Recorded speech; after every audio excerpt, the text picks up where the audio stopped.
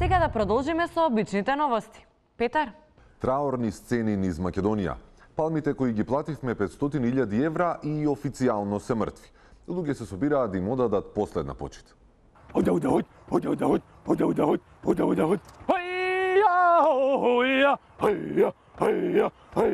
Од каде си дошла? На традиционален начин кој што доликува за тропските краишта. Денеска за последен пат беа испратени палмите. Лиценциран шаман дојде во Македонија за да ги однесе палмите во, вечните плажи како што вели нивната религија. Големот бројот на луѓе кои што сакаа за последен пат денеска да ги испратат палмите. Во канцелариите на Македонски шуми се отвори книга на жалост, каде што македонските граѓани ќе може да се потпишат. Ова е црн ден и жален ден за Македонија. А сега да прашаме некои од граѓаните како се чувствуваат. Извинете, господјо. Да, повелете. Како се чувствувате?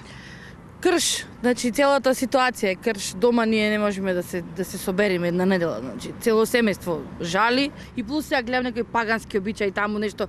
Ние си имаме наши македонски традиционални работи бе. Ја не знам што е бе, све е измешано. Ова е жална работа, треба на македонски да си ги испратиме. Мислам катастрофа. Ви благодарам. Надлежните веќе ги откорнаа палмите и ги однесоа во Дрисла, но има и експерти кои што сметаат дека кога веќе се дале толку пари, можело барем и сушените палми да се искористат за нешто друго. Колега? Да, точно така. Сметам дека исушените палми не требаше да се откорнат, туку требаше да се пренаменат, еве да кажеме во бандери. Зашто? Плишани бандери баш одговара на една од најсилните и најбујните економии во Европа. Среќа во несреќа е што тушевите што беа веќе инсталирани покрај тие палми, сега ќе може да се пренаменат, да им се најде некоја друга споредна улога, еве да кажеме да се однесат во студентски дом, да може да се тушираат студентите, други луѓе кои сакаат. А дали ќе се посадат нови дрва? Да, мислам дека веќе е во план.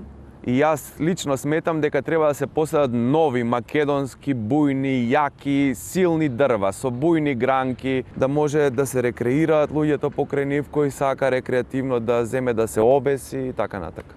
Така, ви благодарам. А ние продолжуваме со вчерашни.